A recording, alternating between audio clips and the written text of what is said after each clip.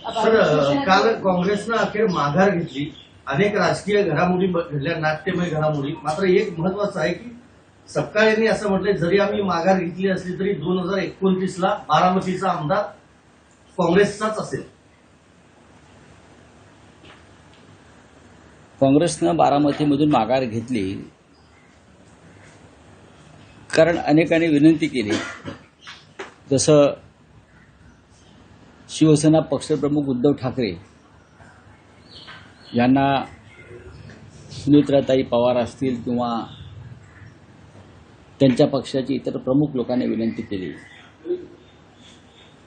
आणि तेव्हाही माननीय उद्धव ठाकरे यांनी सुनेत्रा पवारांना शुभेच्छा दिल्या होत्या.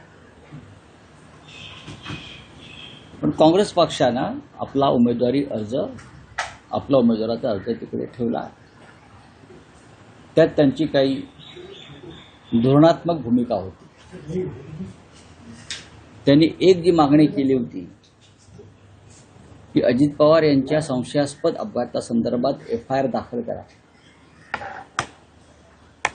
ही मागणी आजही आमच्या सगळ्यांची आहे, कायम आहे. आणि त्या संदर्भात हर्षवर्धन सकपाळ काँग्रेसचे नेते आणि देवेंद्र फडणवीस यांच्यात चर्चा सुद्धा झाली शेवटच्या टप्प्यात. तरीही हर्षवर्धनजी म्हणतात की महाराष्ट्राची संस्कृती वगैरे वगैरे वगैरे आणि त्यानुसार त्यांनी माघार घेतली असेल तर त्यांच्या भूमिकेचं स्वागत केलं पाहिजे.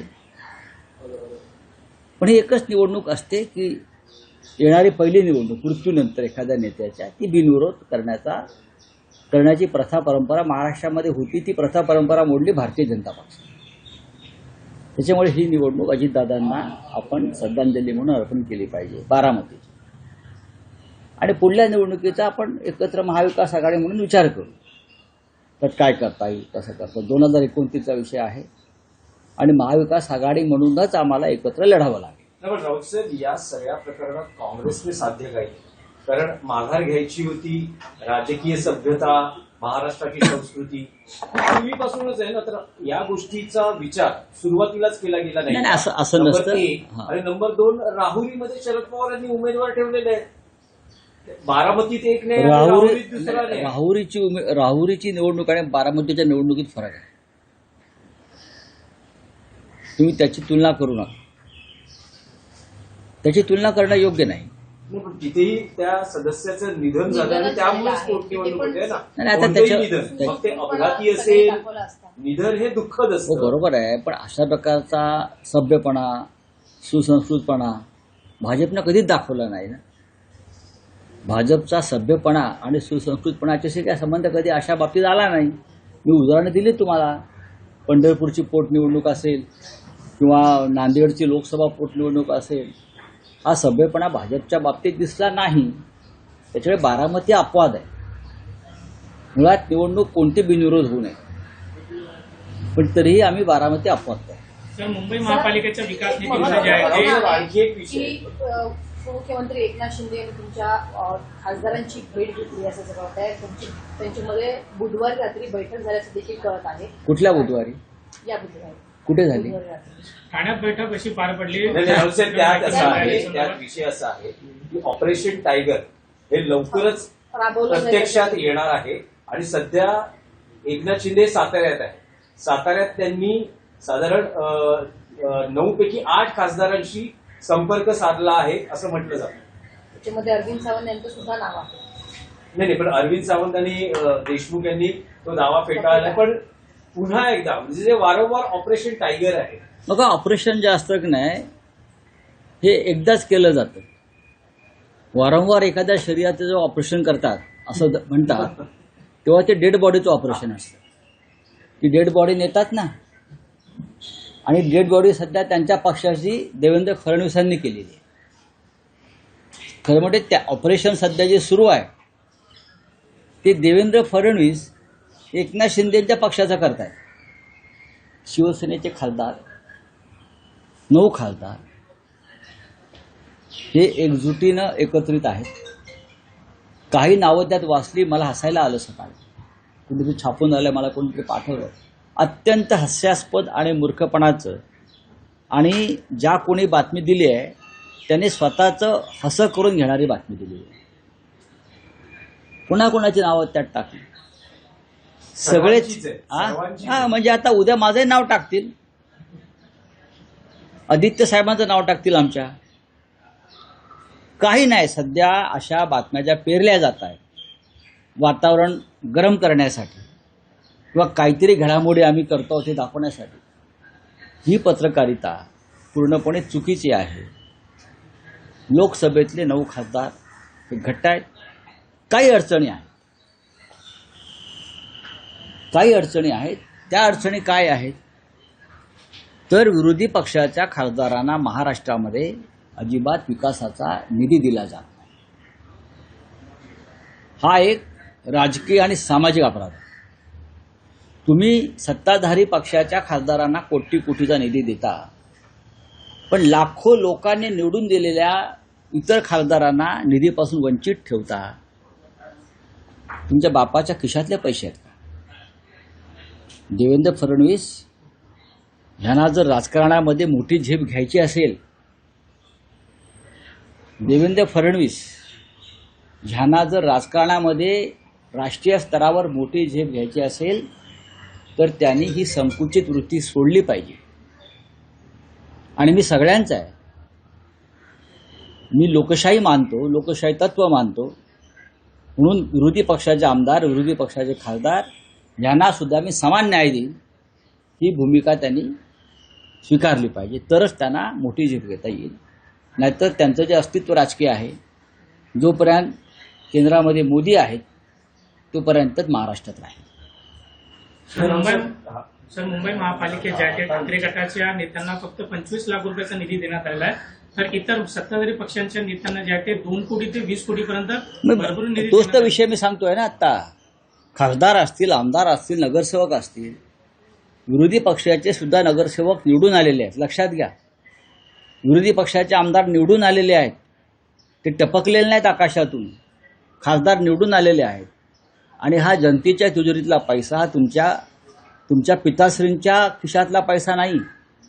मी वारंवार सांगतोय 25-25 लाखाची काय तुम्ही आम्हाला का बिदागी देताय का? आम्हीच तुम्हाला देऊ 25-25 लाख रुपये.